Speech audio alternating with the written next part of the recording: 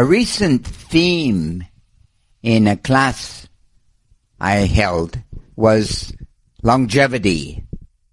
Live to over 100. How do you do this? Now, in the modern age, this seems to be very, very topical because increasingly more and more people are living to a ripe old age. So the concept of getting sick when you're 50 or 60 and dying is really getting to be passé, right? But as I'm giving this class, I looked across the street and there was an electronic sign and it had 3 specific advertisements in it and they rolled in sequence. The first one was about a car, an expensive car, whatever it was, and the advertisement suggested that if you bought this car, you were going to be free, and hence were going to live a long and fulfilling life. The following one was the body, focused on something towards women.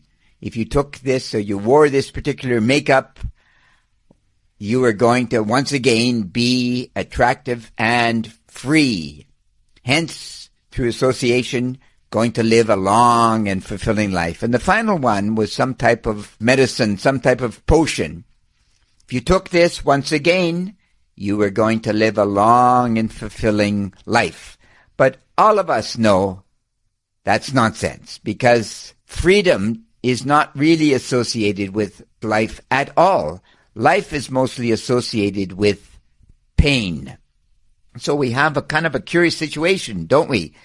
We are getting older, and yet for many people it's confusing because I'm not going to be free for a very long time.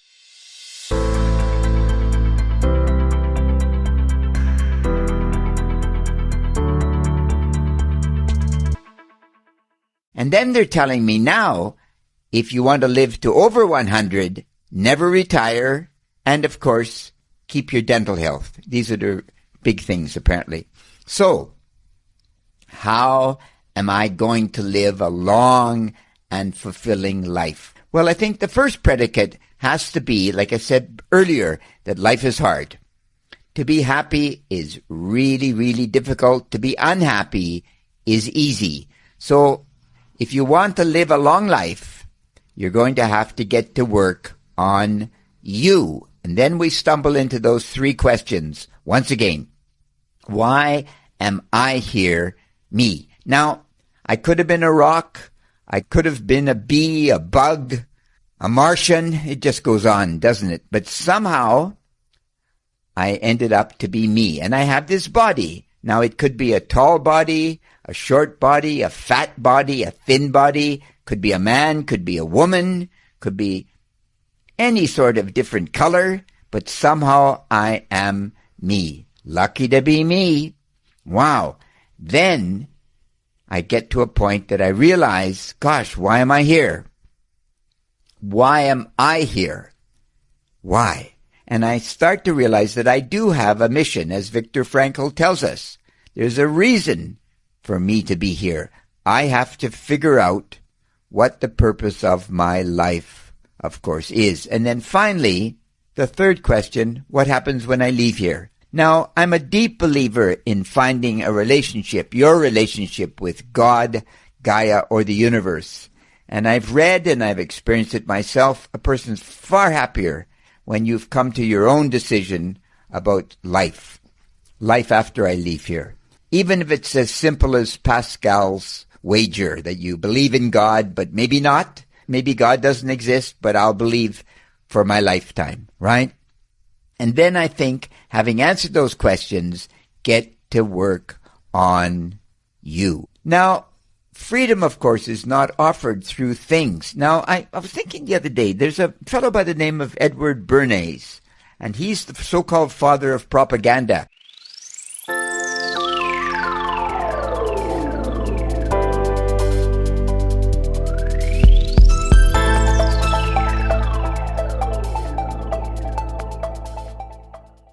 And what he did was very clever. At the beginning of the century, he starts to talk about products, but products in a different way. So you think to yourself today, a Mercedes-Benz.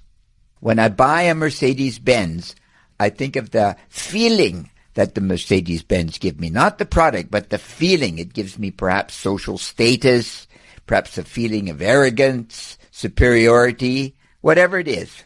This was followed by Goebbels during the Second World War, Dr. Goebbels, and he really, to a large extent, tricked the whole German nation to follow Nazism, right? And once again, propaganda. So if I really want to be free and I'm a smart person and I want to live a long and fulfilling life, I have to stand back and realize that I've got to work on me, as I've said, and more importantly, I can't be tricked by the societal nonsense that's swirling around me. My life is not just to go to school, and many people now get a master's degree, but of course, virtually everyone has a master's, which suggests educational inflation, of course. It suggests that the master's isn't worth very much. And of course, if you read what PhDs are publishing in all sorts of areas, social science or perhaps sexuality or God knows what else, you go, wait a moment, these aren't very smart people.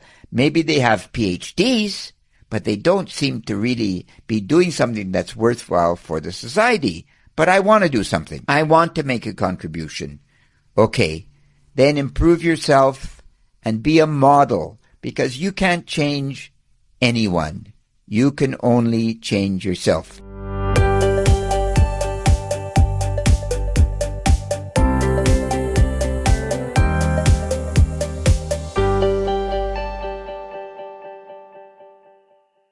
I was speaking with a young woman this morning. She owns a large company, and she has real poise, real presence when she enters a room. And that's a skill set that all of us can nurture, right? If we take a little bit of time, we can become a gentleman or a lady, and people will respect us. And then our ideas, positive ideas, God willing, then are listened to and are reflected upon. We just don't dismiss people. We then believe that they are real leaders. And gosh, the world at the moment is really desperate for real leadership, isn't it? Not just anger and frustration leading to vitriol and war and God knows what else. We need a situation of understanding and thoughtfulness and peace. And then the human population, the human corpus, can go forward and blossom, can't it? And we can live fulfilling lives. Many of us then can go past 100 and really enjoy our existence. And you know what they say, critical thinking is truly necessary if we're going to develop our lives, develop society, live past 100, and critical thinking is great. It's truly great. So you take care. Have a wonderful evening. God bless. Bye-bye.